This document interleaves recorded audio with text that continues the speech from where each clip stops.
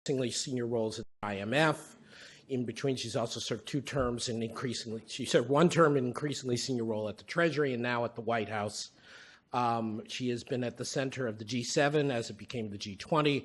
She has been at the center of currency debates, of global climate change issues, of everything that fits under this heading, as those of you who understand sort of how the NEC and the SEC work, and NSC work. She's previously even been at the Bank of England, which I, of course, personally find a good mark of quality. But most of all, just to emphasize, as I've done on a few occasions previously in the last 3 years, there is a real role in the world of whatever party to have technocrats with passion, with devotion, with a wise, calm head, and with the desire to make policy for the right reasons. Carolyn Atkinson is one of those people. I have been delighted to work with her on and off for the last several years, and it's a real privilege to welcome her to the Peterson Institute podium. Carolyn. Thank you very much.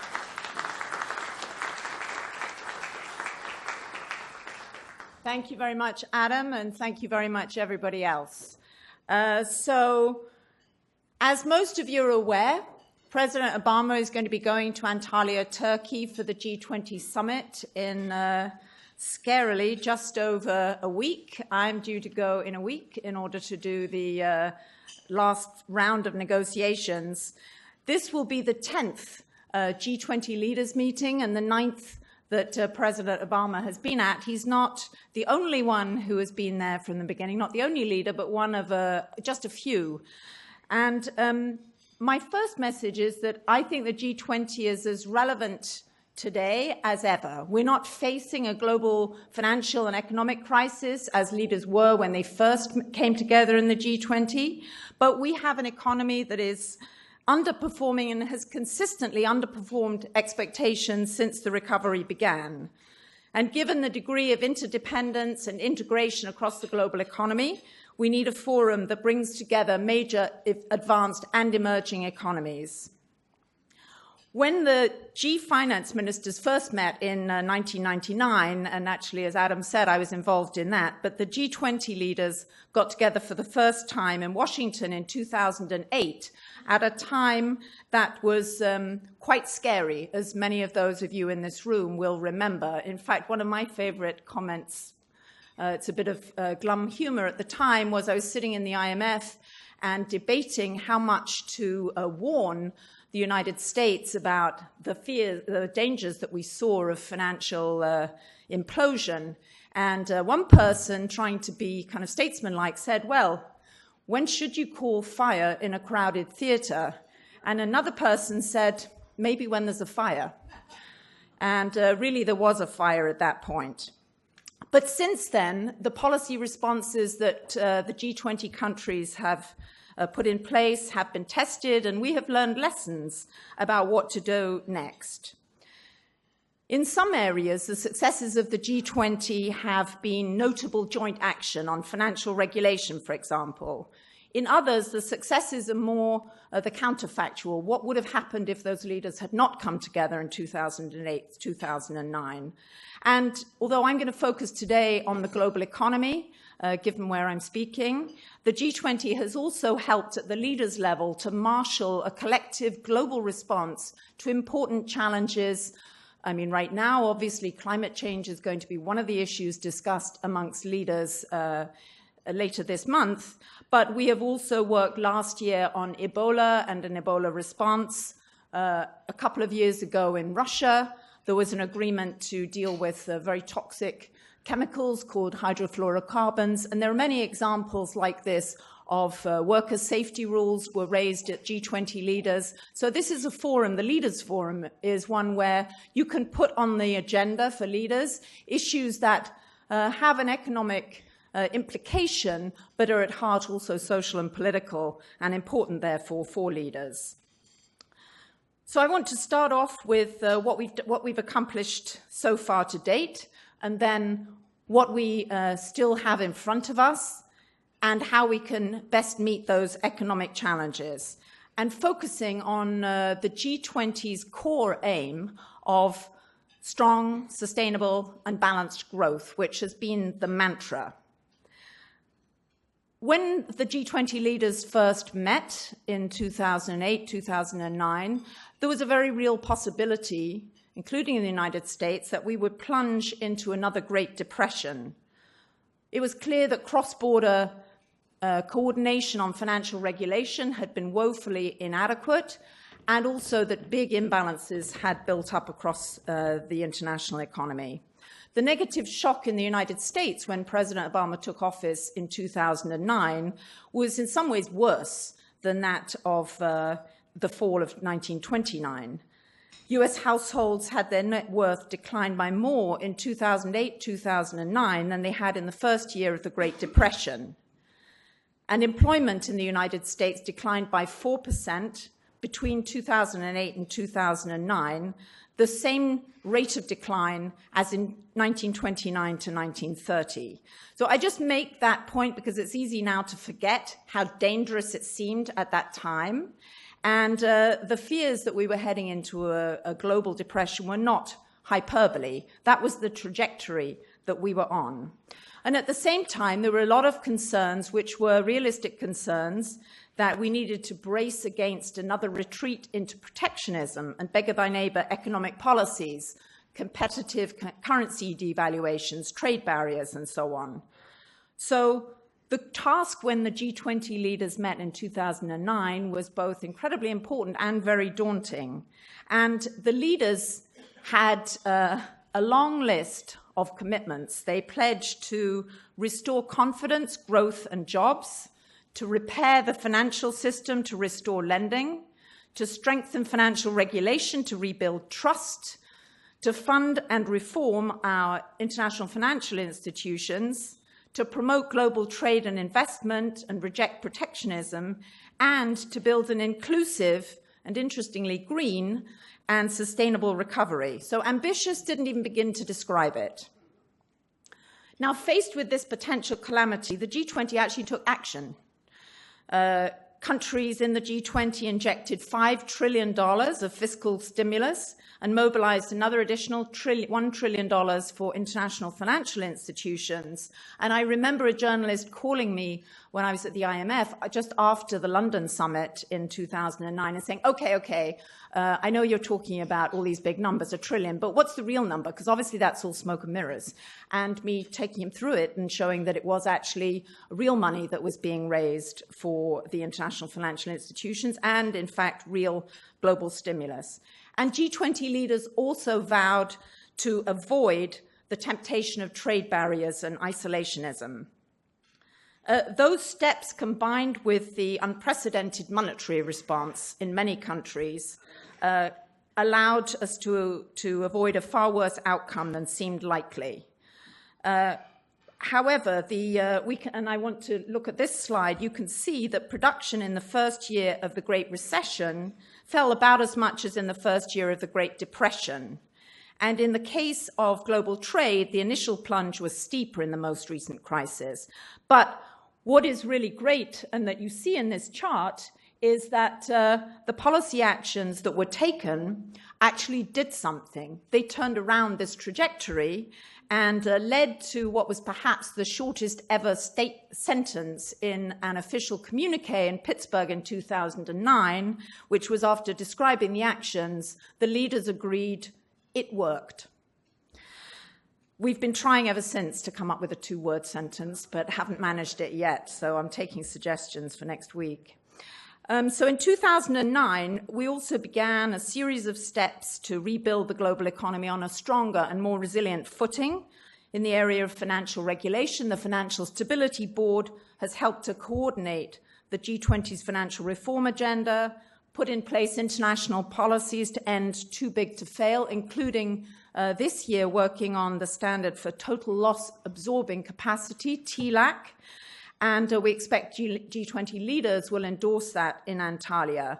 The G20 has also set the stage for agreement on international standards for bank capital, derivative market transparency, and work on addressing systemic risk in shadow banking. And just as it's surprising that leaders had to learn what the chemicals I mentioned, hydrofluorocarbons, meant and did HFCs, they've also had a lot of discussions about shadow banking. I'm not sure if you pressed a lot of them on to describe shadow banking, what they would say, but certainly Chancellor Merkel has made sure that this has been work that's been lifted up.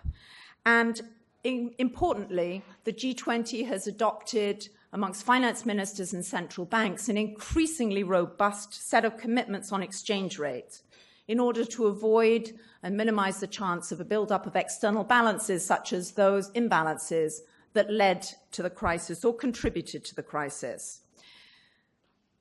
The G20 also picked up, as I noted, on the importance of green growth, greener, more sustainable growth and development. Today, that is clearly viewed as an undeniable, well, as an important imperative. On tax, the G20, interestingly, spread very broadly the United States' efforts to, which we did in the US Foreign Account Tax Compliance Act, or FATCA, which is aimed to reduce money laundering abilities and combat cross-border tax evasion. And we've spread this now as an acceptable, as a practice across actually many countries, but including in the G20.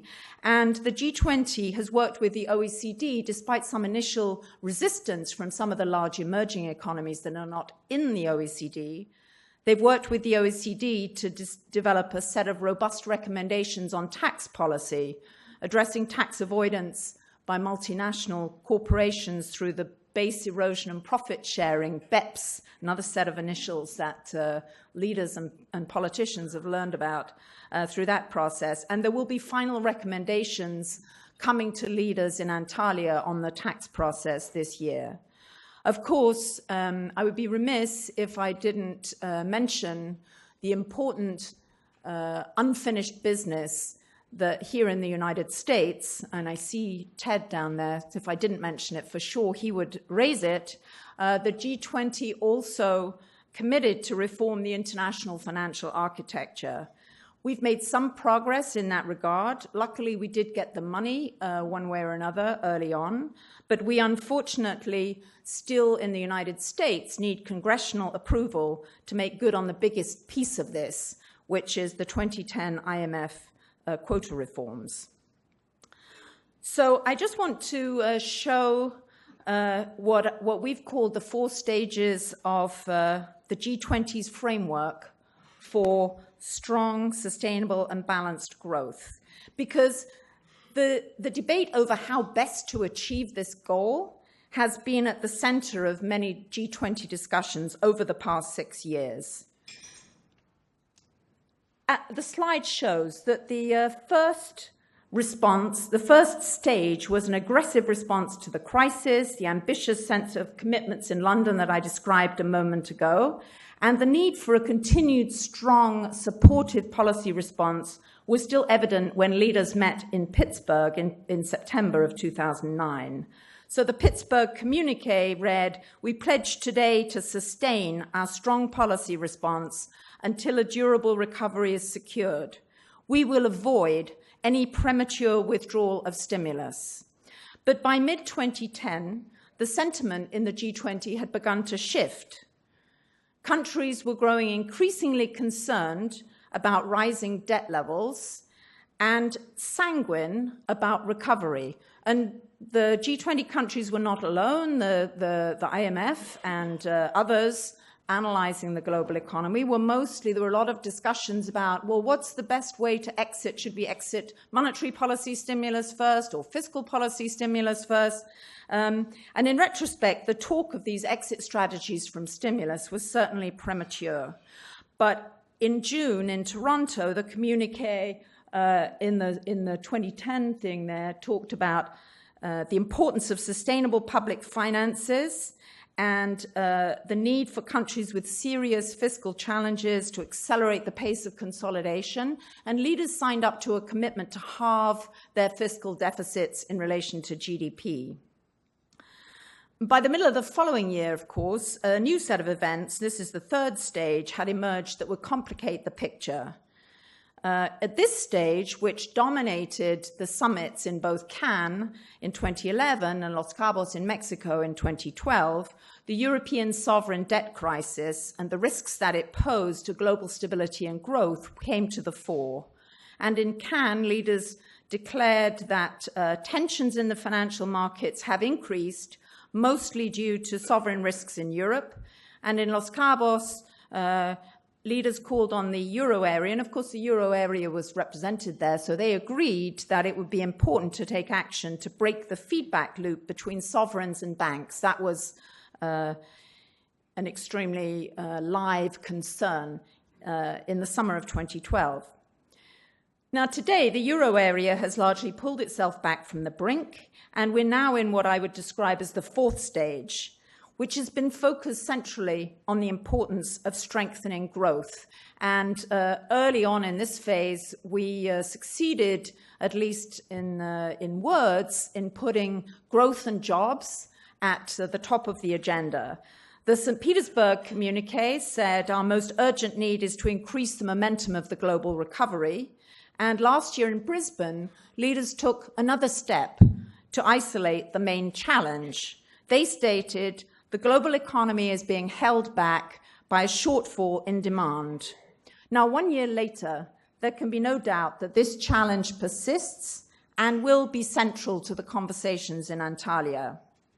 So when we look back, we know that the G20 has been successful in averting a second Great Depression. The euro area has avoided a breakup and has righted itself. And many economies have made significant progress in bringing down their deficits. So today, the issue that is confounding, I would say, leaders and finance ministers and economists is whether the G20 can work to support a really, truly robust and global economic recovery. Last year, leaders put forward national growth strategies pressed by Australia to address this problem of a shortfall in growth that were estimated would collectively raise G20 GDP by 2018 by 2 percentage points. And the latest scorecard is not that bad because by this year, the estimates of the international organizations are that measures of about 1/3 have been implemented in the past year. However, the G20's action on growth has not been enough. That's partly because the measures in the national growth strategies were tilted by design towards structural reforms that will raise growth over the medium term and not near-term demand support.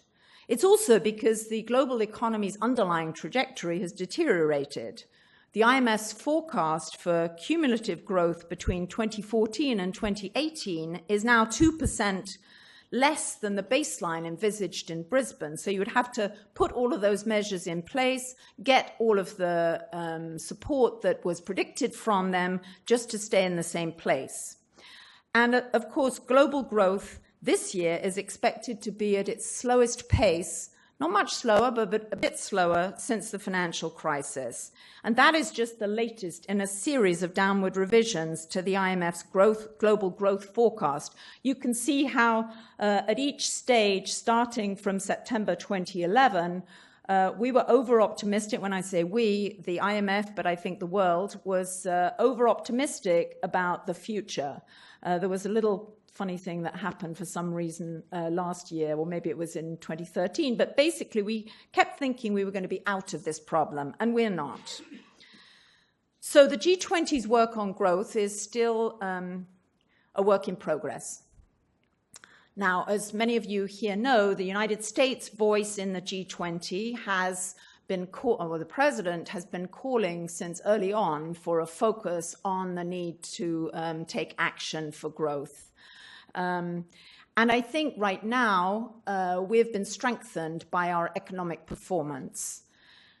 We pursued a multi-pronged approach that combined expansionary fiscal and monetary policy with short-term stabilization measures, with important reforms to the financial system early on, and structural reforms also in health, energy, education. And today, US businesses have added more than 13 million jobs over the past 67 months, which is the longest streak of private sector job growth on record. And we are in the middle of a solid and sustainable expansion. Our fiscal deficit is down by 3/4. Our households and businesses have reduced their leverage, which was one concern from the crisis. And thanks to higher domestic energy production and investments in efficiency and energy efficiency, we're less reliant on energy imports to power our economy. On the way there, it was not a completely straight path. There were some moments when I was sitting in the G20 Sherpas and defending some of the hiccups on the Hill. But right now, we and President Obama obviously signed into law last week a strong budget agreement which puts the fiscal deficit on a secure path going forward. The recovery elsewhere has not been as robust. Emerging markets powered growth in the 2000s and in the immediate period after the financial crisis, but they're now slowing. In the case of China, this is partly a reflection of a transition to a more sustainable growth pattern, and we know that President Xi has just reaffirmed in the fifth plenum that growth of 6.5% a year is now acceptable. But growth in Europe and Japan remains lackluster, and unemployment, especially long-term unemployment, youth unemployment, remains far too high in many G20 countries. At the same time, in many countries, many of our countries, income inequality is rising. Middle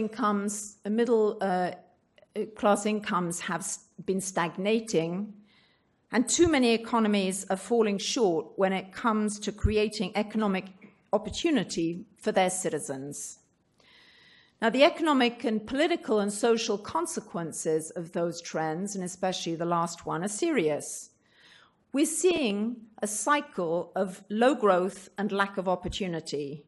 There is a growing body of evidence with interesting research from the IMF and the OECD that shows that low growth and lack of economic inclusion are actually mutually reinforcing. In particular, income inequality in many countries has risen to such an extent that it's bad for growth. And these studies challenge the long-standing assumption that there is an inevitable trade-off between equality and efficiency. In fact, the opposite is increasingly true. It's possible to design policies that both promote growth and increase opportunity for low and middle-income families. We're also seeing an erosion in political support for international economic integration or globalization.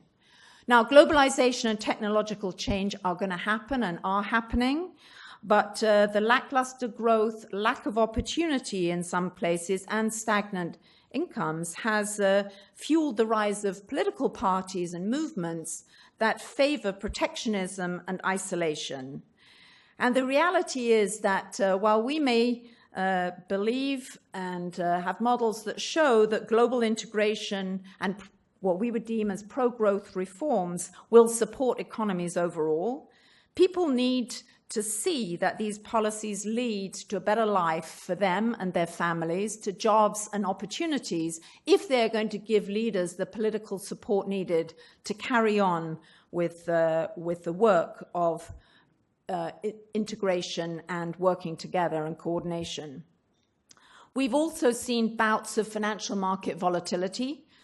Low growth, especially when it's coupled, as it has been, with a heavy reliance on monetary and credit-oriented stimulus in many countries, has created the conditions for bursts of financial market volatility, which are very disturbing for policymakers and probably also for businesses. We saw that in August. We've seen it on other occasions. And the interconnectedness of global markets means that shocks can be transmitted quickly. And finally, incomplete policy responses to low growth in a number of major economies is leading to a resurgence of global imbalances. And this is perhaps one of the most worrying trends that where the G20 really needs to focus. the Netherlands, Germany, and Korea are on track to run external surpluses of nearly 10%, nearly 9%, and over 7% of GDP, respectively. So surpluses of that magnitude are a sign that domestic demand in these economies is falling short. And for the Netherlands and Germany, although of course they're within the EU, the size of their surpluses is pushing up the overall EU current account, which had been in balance. So I'd like to turn now to what we've got left to do. And first of all, to state that I firmly believe that the G20 does have the capacity to tackle this shortfall in global demand, and I see 4 areas where more work needs to be done.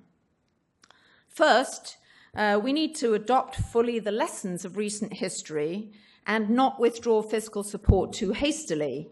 I mean, we saw that in the United States when weakness in state and local government finances became a drag on the economy once the effects of the federal Recovery Act's support to states began to phase out.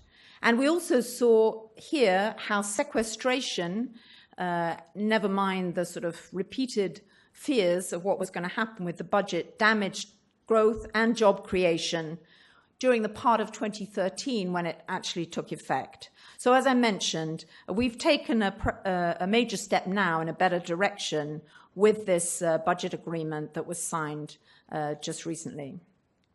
Overall, the United States has pursued a highly supportive fiscal course since 2009, and partly as a result, we've been able to, and together with accommodative monetary policy, we've been able to cut unemployment and spark a recovery, where the debt to GDP ratio has also come down significantly. And I want to put up a chart that shows a contrast between the United States and the euro area. So you can see that on the left-hand side, the United States did a much larger fiscal stimulus, but then the deficit came back in relation to GDP, close to that in the EU. But it came back with growth, not with continued fiscal consolidation, or not with excessive fiscal consolidation. And you see the unemployment rate for the euro area as a whole, not obviously for a number of the major economies, has not come back down, whereas in the United States it has. An aggressive fiscal response early on allowed the United States to cut its deficit and its unemployment rate sharply and at the same time. So turning to Europe, it's obviously, I think, helpful that the European Commission has been allowing additional flexibility to member states. It's a very difficult issue in Europe because you can see that there is a bias towards austerity. When some countries are growing well and see no need for fiscal support, while others face concerns of confidence and cannot raise money in sovereign bond markets, that puts a bias towards austerity. It's politically very difficult to crack that nut because why should a country that has low unemployment and seems to be doing fine decide to expand just because other countries in that monetary union are not doing so well. But recognition of that bias, I think, could help to encourage efforts to overcome it. In Japan, there's also been a failure to achieve sustained growth, and everybody knows about Japan's very high debt to GDP ratio, which, and Olivia and I have debated this a lot about what is the best way to deal with that and how much of a risk does it pose. But we also have a chart, I believe, that shows Japan's growth. Maybe we don't, but we did have a chart that showed Japan's debt to GDP ratio and showed Japan's debt and Japan's nominal GDP and illustrated how the debt has indeed increased in nominal terms by about 3% a year. That's nothing exceptional compared to other countries. What is really different is that Japan's nominal GDP has actually shrunk over that period, so the burden of debt has become much higher. I will just make one comment about how to measure the burden of debt. We've all got very keen on measuring it by looking at the debt burden or the debt stock over GDP. There is another way of measuring it, or there's an additional metric which we used to use a lot in the IMF when you're worrying about cash flows, but also the real burden of the debt, and that is the interest rate. We've got rather used now to interest rates being so low, but I certainly remember when I was in the IMF dealing with countries facing financial crisis and an inability to borrow in markets, that we would look and see what was happening to the interest costs. And interest rates are so low now that the debt burden is not accurately reflected by just looking at the debt stock over GDP, because the cost of servicing it is way lower than it used to be. The second lesson I would say is that in G20 economies where interest rates are low and there is fiscal space, governments need to do a better job of taking advantage in this opportunity to invest in the future. The IMF itself said for some advanced economies, public infrastructure investment could pay for itself if done correctly. Now, here in the United States, Congress has and will have another opportunity to take advantage of low interest rates when the latest short-term infrastructure reauthorization proposal expires on November 20th. And President Obama's domestic team is working very hard to secure a long-term deal on what we call Surface Tran to provide certainty, boost near-term demand, and expand long-run potential. In Europe, low interest rates also make infrastructure investment particularly attractive. The IMF has called, for example, for Germany to boost infrastructure investment by 2 percentage points of GDP over 4 years, which would help Germany to absorb some of the recent influx of labor resources and to ensure against a further weakening in external demand. And both of those positive effects would come with a very low cost given current borrowing costs. Now, before the crisis, and indeed for much of my rather long career, as Adam was saying, we traditionally worried about whether there was fiscal dominance, or usually there was fiscal dominance when we went to an economy that was in trouble. And what we meant by that was that the government was running very large budget deficits, which actually made it impossible for monetary policy makers to constrain inflation. And so we worked on providing monetary policy independence to mitigate the effect of these profligate fiscal policymakers who were biased towards inflationary overspending. Now, in the years since the crisis, the opposite has been true. There's been what I would characterize as an insufficient fiscal policy response following the initial kind of burst of collective action. And there's been an inclination towards fiscal austerity in a number of economies that has left monetary policy makers to carry an unusually heavy burden in trying to lift up too low inflation closer to healthy levels. Now, of course, if you rely excessively on monetary policy, not only may you not succeed so well in getting the growth that you want, but this can have implications for financial stability and external balances. And that's why we have frequently emphasized the importance in the G20 of using all available policy tools. So thirdly, boosting final demand around the world will require steps to make growth more inclusive and to strengthen the middle class. And the G20 brings together all these large emerging markets that have emerging middle classes. In a world where demand is persistently weak, it's critical to put more money in the pockets of those middle-class households so that they can spend and drive growth. And when overall potential growth may be slowing, we also need to invest in education and training so that all of our citizens, especially the youth, which Turkey has been focusing on this year, have the opportunity to realize their full potential. Similarly, the G20 countries have started to pick up on the importance of boosting labor force participation, which is an area where we have not done so well in the United States recently. taking action to incentivize labor force participation, moving towards a goal which they adopted maybe last year or the year before, of narrowing the respective gaps between female and male labor force participation by 25% by 2025. Now, there's no one-size-fits-all policy proposal to achieve inclusive growth. And this is an area where we recognize that we have an enormous challenge. In fact, President Obama, has said that the combination of rising inequality and declining social mobility is the defining challenge of our time. And it's been a long time in the making. It's not going to be solved overnight. Certainly not here, but this administration has taken some important steps to chart a more inclusive course for the future. We've come to refer to that as our middle-class economics agenda.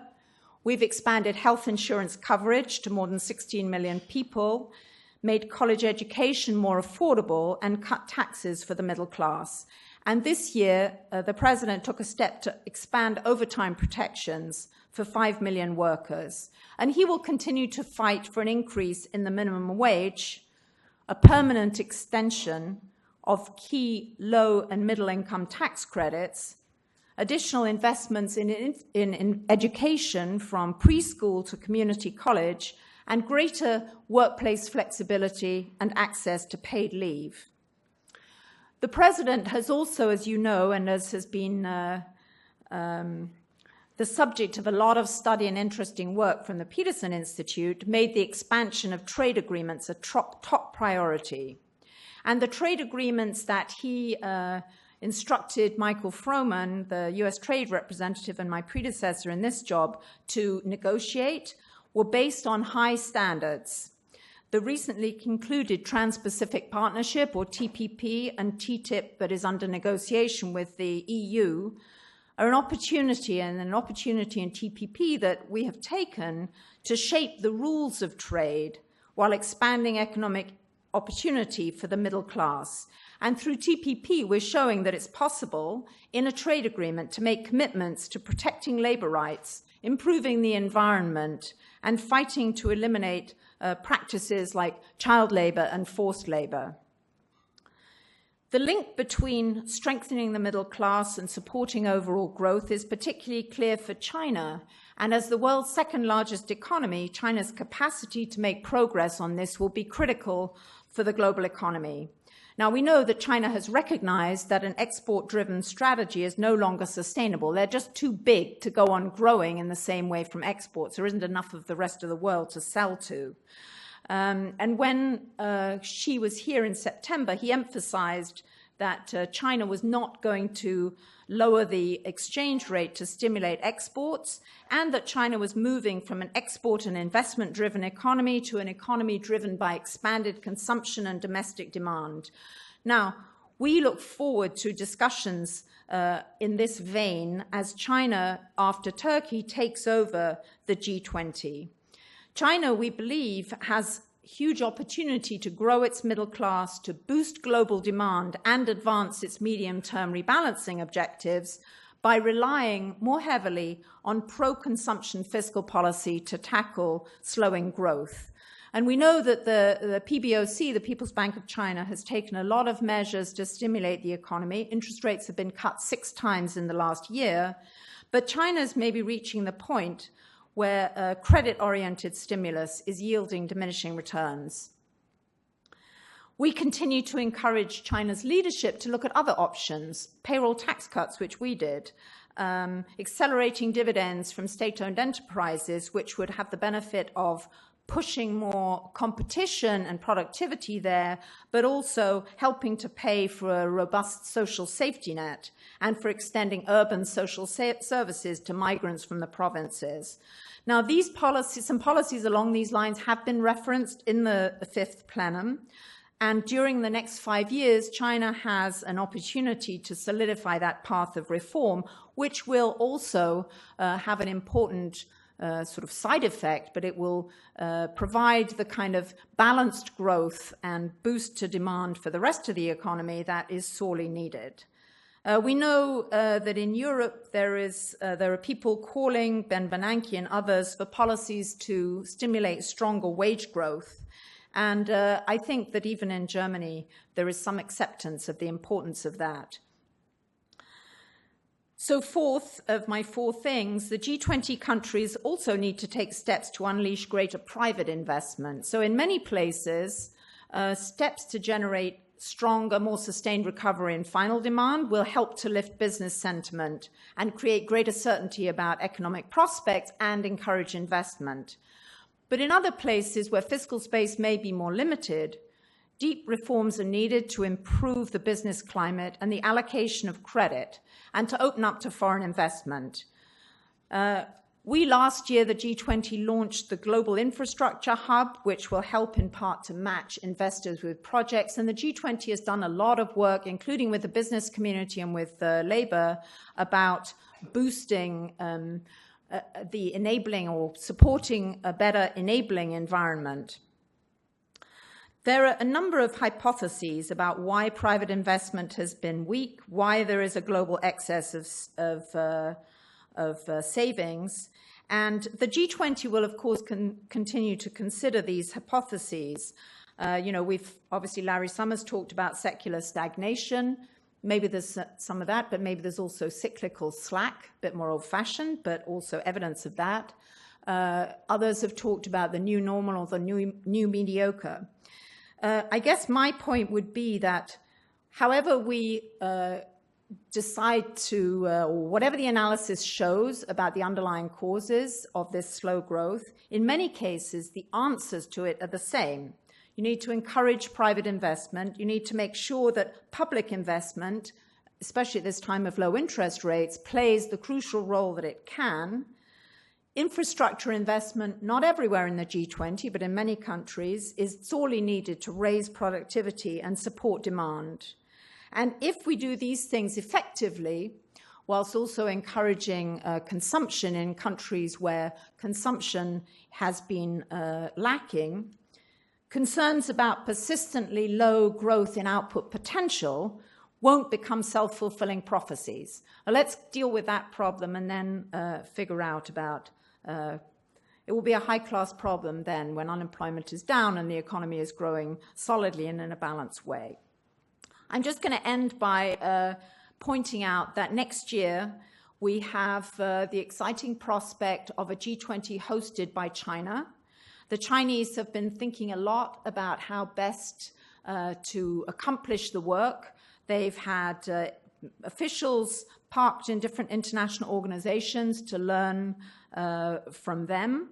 And I have no doubt that they will develop, my counterparts will develop a robust and ambitious agenda. And when President Xi was here, we spoke about our strong support for the G20 presidency, and the joint economic fact sheet, for those of you who are interested, laid out a number of areas of cooperation, including, importantly for us, on environmental standards for infrastructure lending and global health security.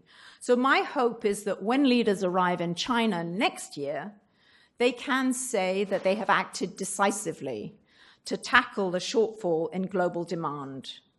It's difficult, and it's maybe more difficult because it's a slow problem rather than an extreme and obvious crisis as we faced in 2009. But I would argue that if we could rise, as leaders rose to meet those challenges, it should be possible to move to the robust and inclusive global growth that our citizens want. Thank you very much.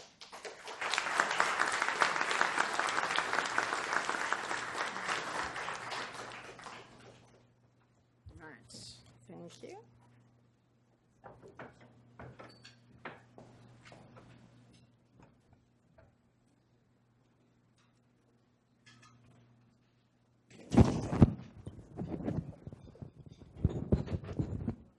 Well, thank you very much, Carolyn. That was obviously rich, even though it only gives a portion of what you, the administration and the G20 are doing. It's a huge agenda, and it's an important agenda. Before I open it up to our audience, I just wanted to go back to a couple points you said. First, it was very refreshing for me, at least, and I think for others in the audience, to hear that you all but acknowledged the 2010 move to consolidation was a terrible mistake, and some of us fought that at the time. And you made a very big emphasis on fiscal policy. What is interesting is when you talk in your action areas about private investment, public investment, all these things, there are, of course, things that the FSB is doing that many people would consider as contrary to public investment. And I don't mean TLAC and people whining about large amounts of capital in banks. That, I think, we're pretty much set on. I'm talking about other non-banks and potential long-term investors, pension funds, insurance companies, hedge funds, and so on, being required to hold various shorter-term securities or be regulated in ways that were not in the past. How do you view this trade-off? Is this a failure of coordination between the FSB and the government? Is this something you don't think is a real issue? How should we think about this? Well, the FSB was asked to think about the implications of their suggestions and actions in the regulatory field more broadly, mainly because of the whining that you referred to rather than the heart of your question. But I think that we feel you can't have a long, sustained, and strong recovery unless you have a strong and a stable financial system. So that's a sort of underlying need. Then you also, and I don't think the evidence is very compelling. Of course, we'll need to go on looking, that its regulatory changes have made it difficult to, or the main impediment to either private or public investment. I think there is a big problem in many cases of the investment environment, and that can be true in advanced economies as well as emerging markets where it's difficult to get approvals or it's unclear how you can do public-private partnerships and that sort of thing. And then as far as public sector investment goes, that is just a question of the public sector itself taking on onto its balance sheet. Well, not quite, because I mean, especially under Turkey, the G-20's made a very big issue of public-private partnerships. Absolutely. Right, but a lot of public investment can happen with, is the charge on the public balance sheet. And the public-private partnerships, which, as I said, we've studied a lot, and we've gone around a lot, we've had a lot of discussions about the fact that, as people first said, there's a lot of investment needs, and there's a lot of private capital sitting over here. And I never felt that it would be as simple as simply introducing the one to the other. I think there was some hope that the matchmaking could work.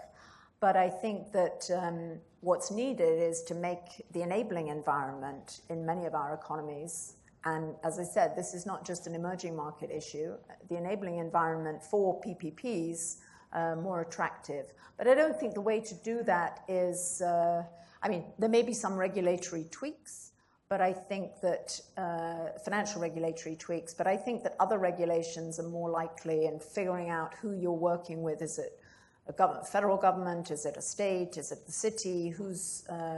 How can you feel assured of revenues and so on? Those issues are ones that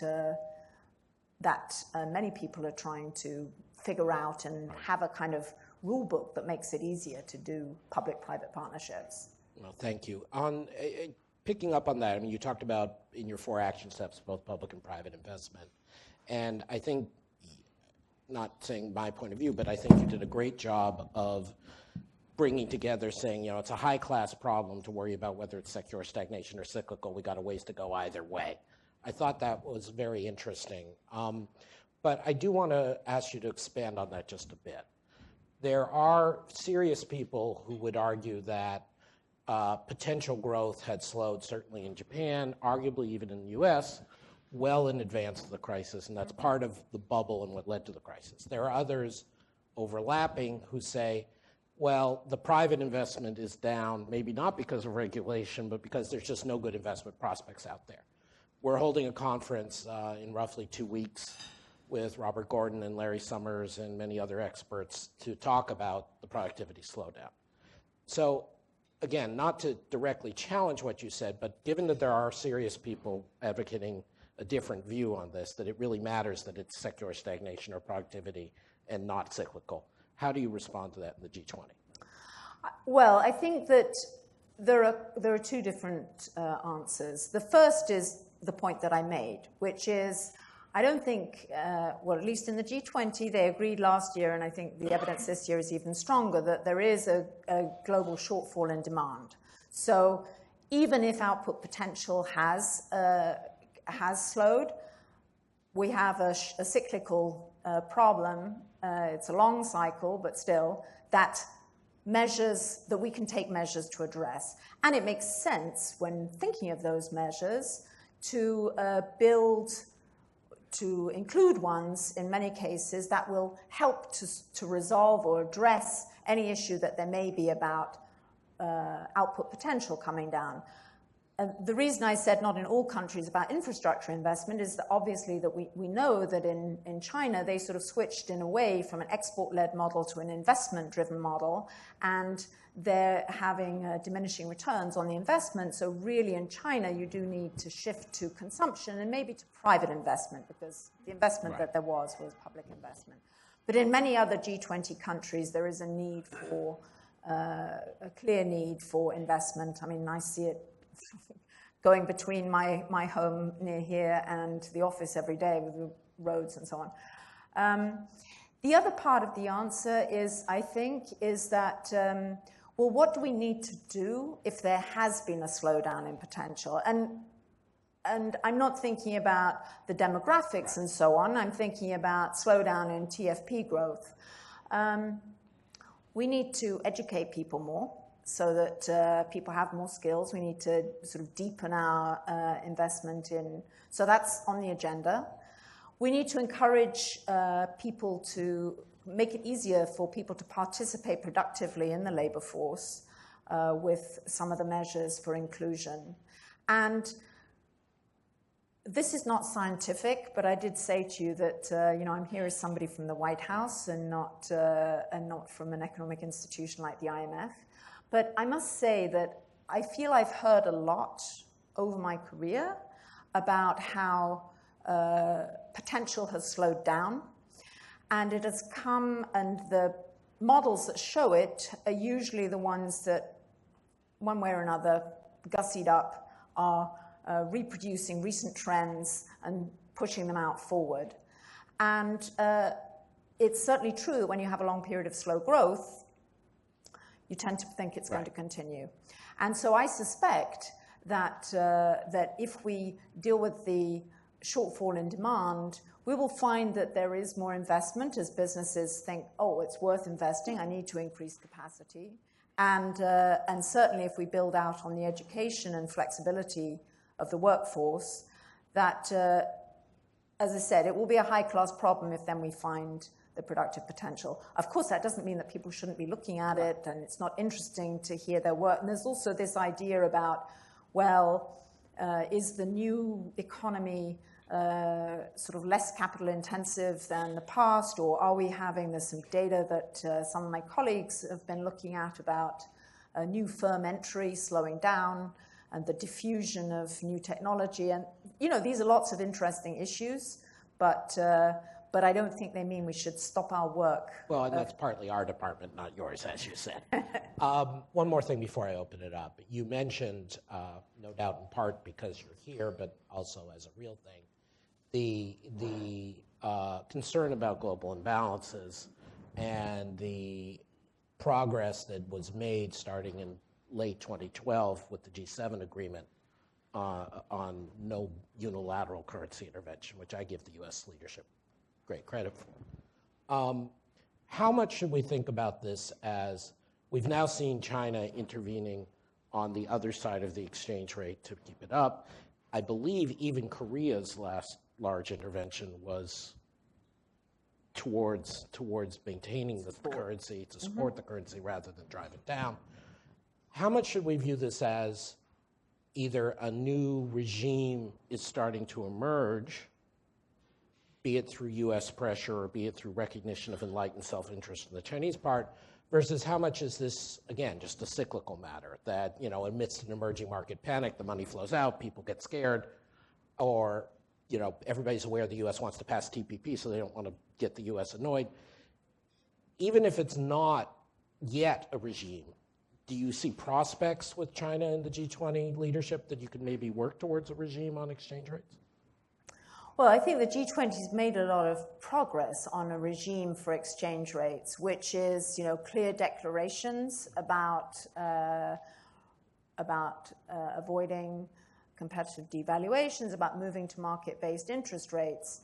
And of course, there may be a way to go to get this sort of fully accepted. I think I'm not sure whether you were suggesting, is there a regime of exchange rate stability, never mind where the pressures are?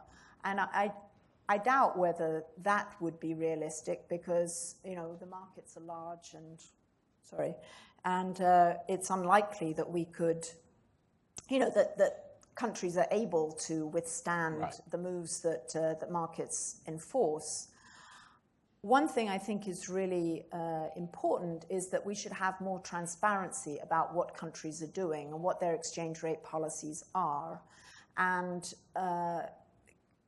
neither Korea nor China is making moves. Korea may make some moves. We still lack the kind of transparency that would enable others in the G20 to say clearly, oh yes, there is no systematic one-sided intervention.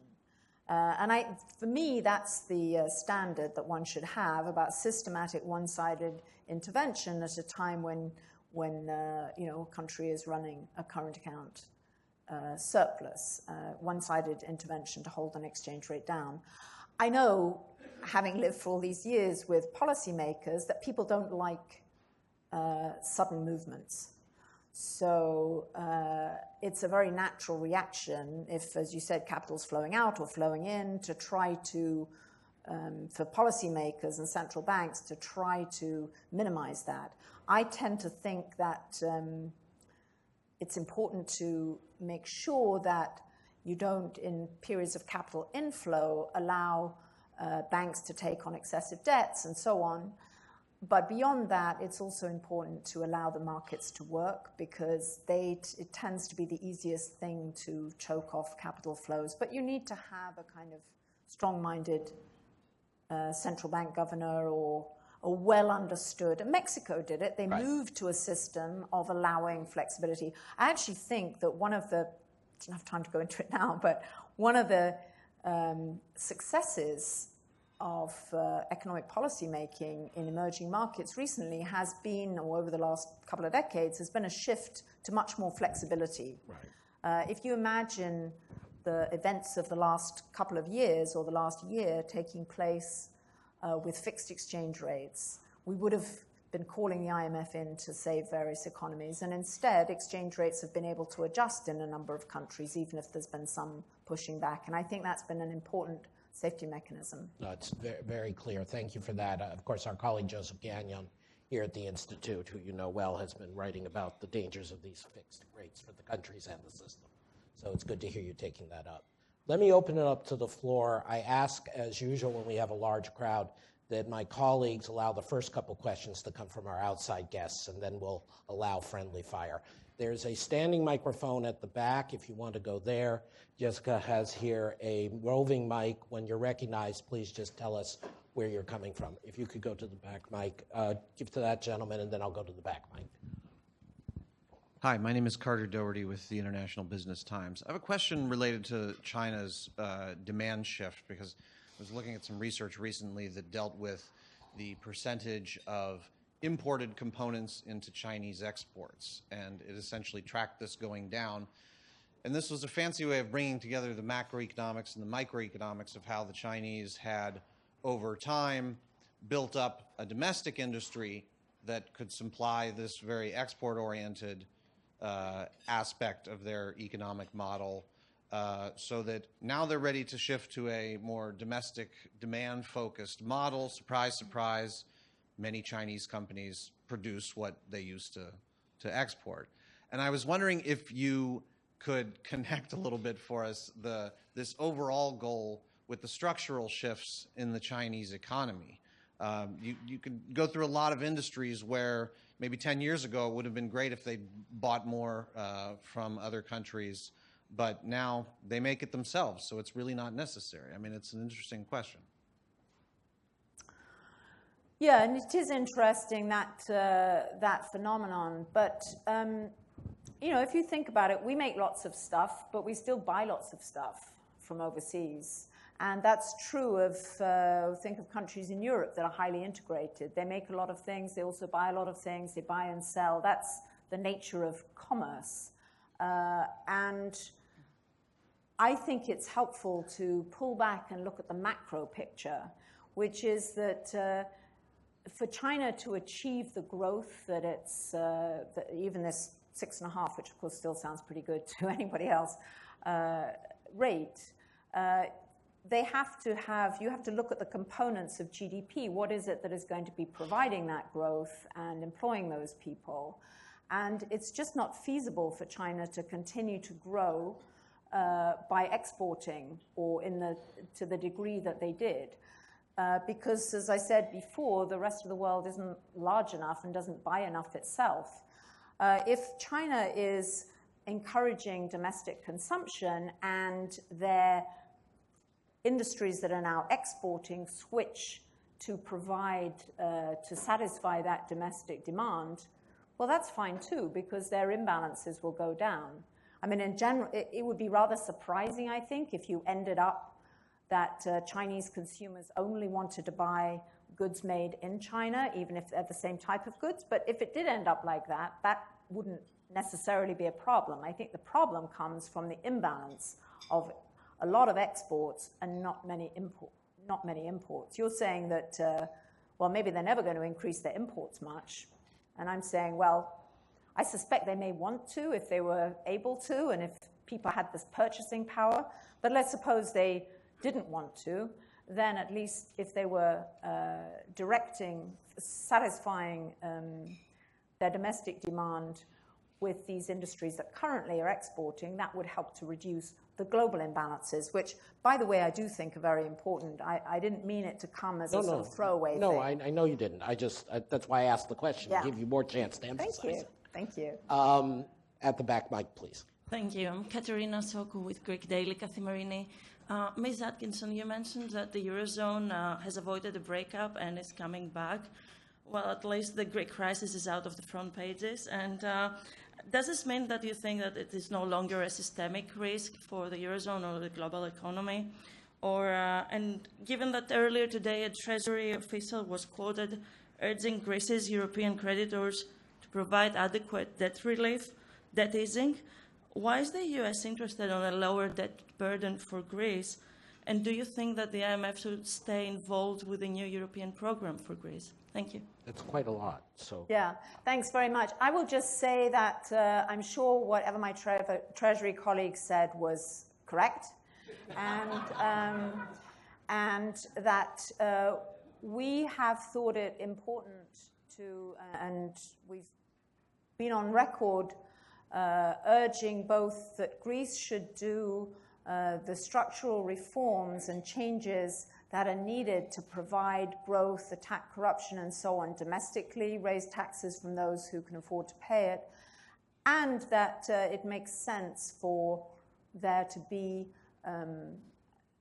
the kind of debt relief that is needed to avoid too dramatic fiscal consolidation. So I think that I'm not sure how much of your question was about why do we care. We tend to be interested in what goes on in other countries. That's kind of my job. So that's partly why we care. Do you think it is still a systemic risk for the Eurozone? It's not the way that I would phrase a question. I think that at times the Eurozone faced very high systemic risks. I think that we have felt that a breakup of the Eurozone, the integrity of the Eurozone was an important support for all of Europe. Let me move on to the next person, please. Yes, thank you so much, Caroline. My name is Jo Marie Griesgraber, New Rules for Global Finance, and I have a very simple question. You said we need to get more money into the middle class. Oh, class, I haven't heard anybody mention so far. What about the poor? As middle class, I'd love to have more money, but what about the great underclass and those who have fallen out of the labor market completely? Well, obviously, Jo Marie, the poor, and I think here, actually, when we talk about the middle class, we mean, if you like, ordinary people. And it's clearly been extremely important to reduce unemployment, which has now occurred in the United States. But that's why I pointed to the issue of the long-term unemployed, youth who've never had a chance of a job, which has been the case in some countries in Europe, and of course the poor in developing countries. We think it's, and many of the measures that I went through that have been taken under this administration, that, you know, whether it's expanding health insurance and other issues, building education, these are measures that help those who are poor and needy. And that is something that is extremely important, obviously, for this administration and for this president. Thank you. One in front here and then to the back, Mike. Carolyn, on your G20 agenda. This is Fred Bergston. I was wondering who that guy was. Yeah, I Well, know. looked a He bit comes familiar. he eats so much free lunch. I don't know what to do with him. I used to pay for the lunches, Adam. Now you Oh, have no. to, Now you I have to pay for them. Now you have to pay for the lunches. I know. So I'm eating even more. Carolyn, as you said, the U.S. has now taken the lead dramatically and courageously so in working out the two biggest mega-regional trade agreements in history, TPP and TTIP. You put them together, especially since TPP will almost certainly expand, take on new countries later on. You put them together, and they include well over half of world trade, well over half the world economy, et cetera. So isn't it time for the G20 to kind of look at what all this means for the global trading system? These are no longer just regional issues, but they have huge impact on the world economy, the world trading system, and maybe at some point getting back to Geneva. Put that on the agenda this year, next year with China in the chair, how to sort of integrate these partial deals with the big picture of which they are now becoming the dominant component. Actually, the G20 leaders do always have the WTO on the agenda and multilateral trade. And so I would sort of see it as maybe over time they should discuss, and they do discuss, how do these regional agreements mesh with each other and with the global multilateral trading system. I think that one question and that's an interesting question that I think will, as you say, become more and more relevant as now with TPP concluded, and we hope with progress to agreement on TTIP.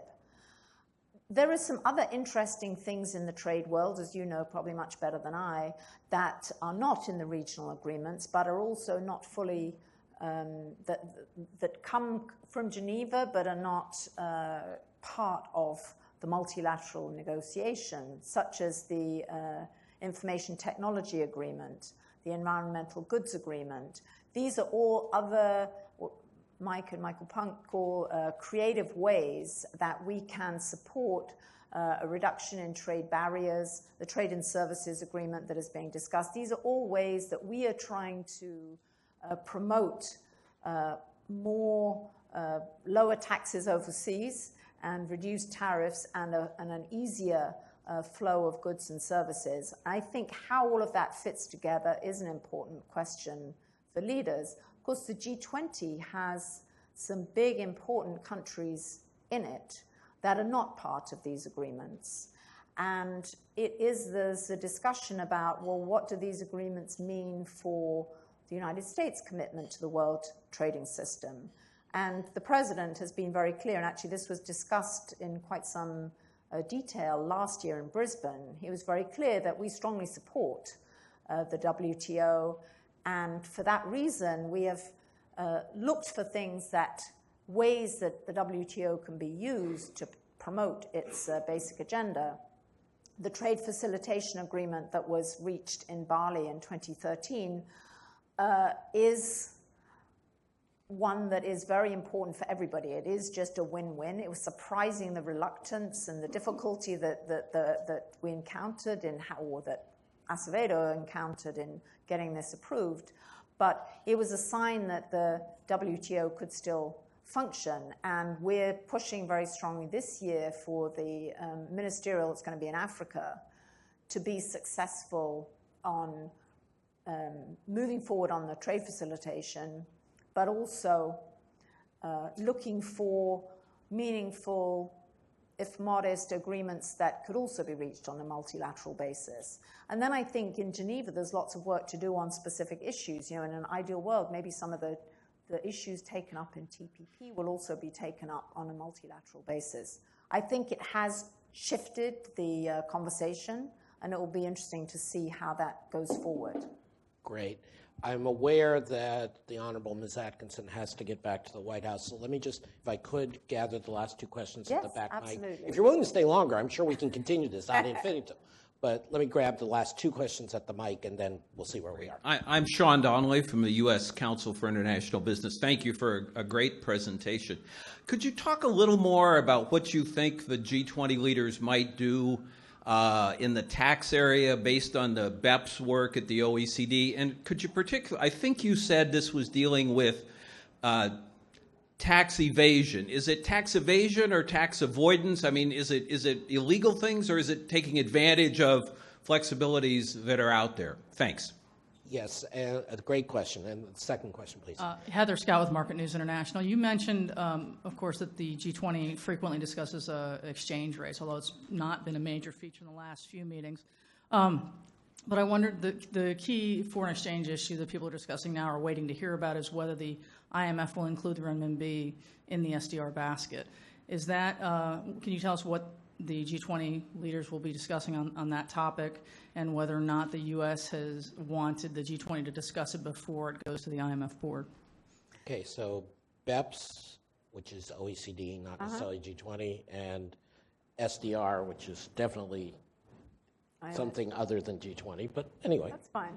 So the BEPS actually, it has been greatly supported by the G20, and the G20 asked the OECD to do this work, and a number of countries that are not in the OECD, as I mentioned, have been part of that BEPS work. There are 15 recommendations, which 7 of which we dealt with last year, and the other 8 the leaders are expected to take up this year. I'm afraid I can't repeat them all now, but they deal with, you asked, is it tax evasion or tax avoidance? And what we're trying to promote is that companies take decisions about where to be located on the basis of the economics and not on the basis of the tax regime.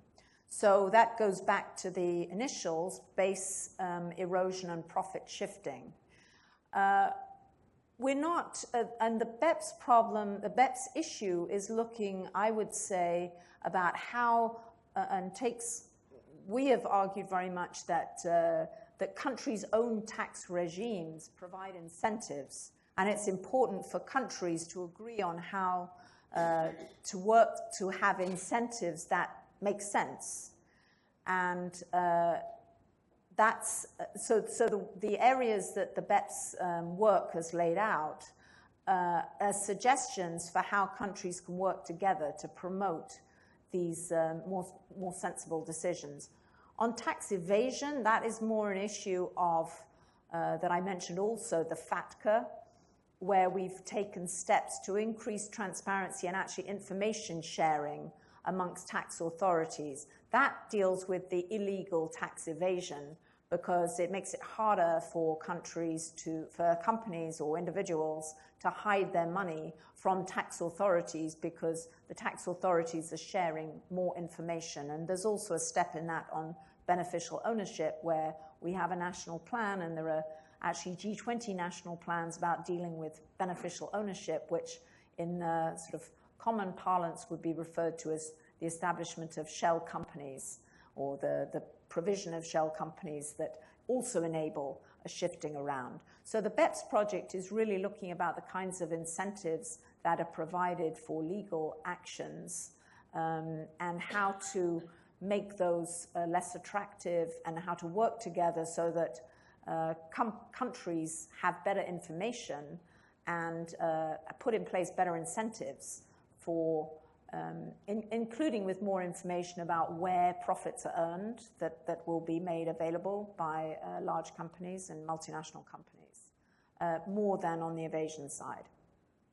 On the SDR question, as you know, the IMF is going to look at this question. We made clear when President Xi was here that we supported the reforms that China was undertaking as a means to, well, they're undertaking reforms to promote a stronger and more open capital market and market-based exchange rate regime because they think that is good for their economy. But in the course of doing that, it will help to make the renminbi satisfy some of the IMF criteria, and we will wait and see what the IMF decides whenever it is that they meet to decide it. I don't think leaders will discuss that, G20 leaders. I could be missing something, and that finance ministers are going to discuss it, but I don't think that's an issue for G20 leaders. I think everybody's agreed it squarely in the IMF's court. One thing that did happen at the G20 last year was that China announced that it was going to join the IMF's SDDS, Special Data Dissemination Standard, I think. And that was another step forward in openness and transparency that supports the move towards a reformed system, capital system. Great. Well, thank you so much, Carolyn. As I said when introducing you, it's a privilege for the U.S. and the G20 to have global public servants like you who clearly know their brief, articulate it to the interested public, and are trying to do things on the basis of analysis and not just sitting there doing talking points. And you proved all that out. Thank you so much for joining us. Thank you very much. Thank you.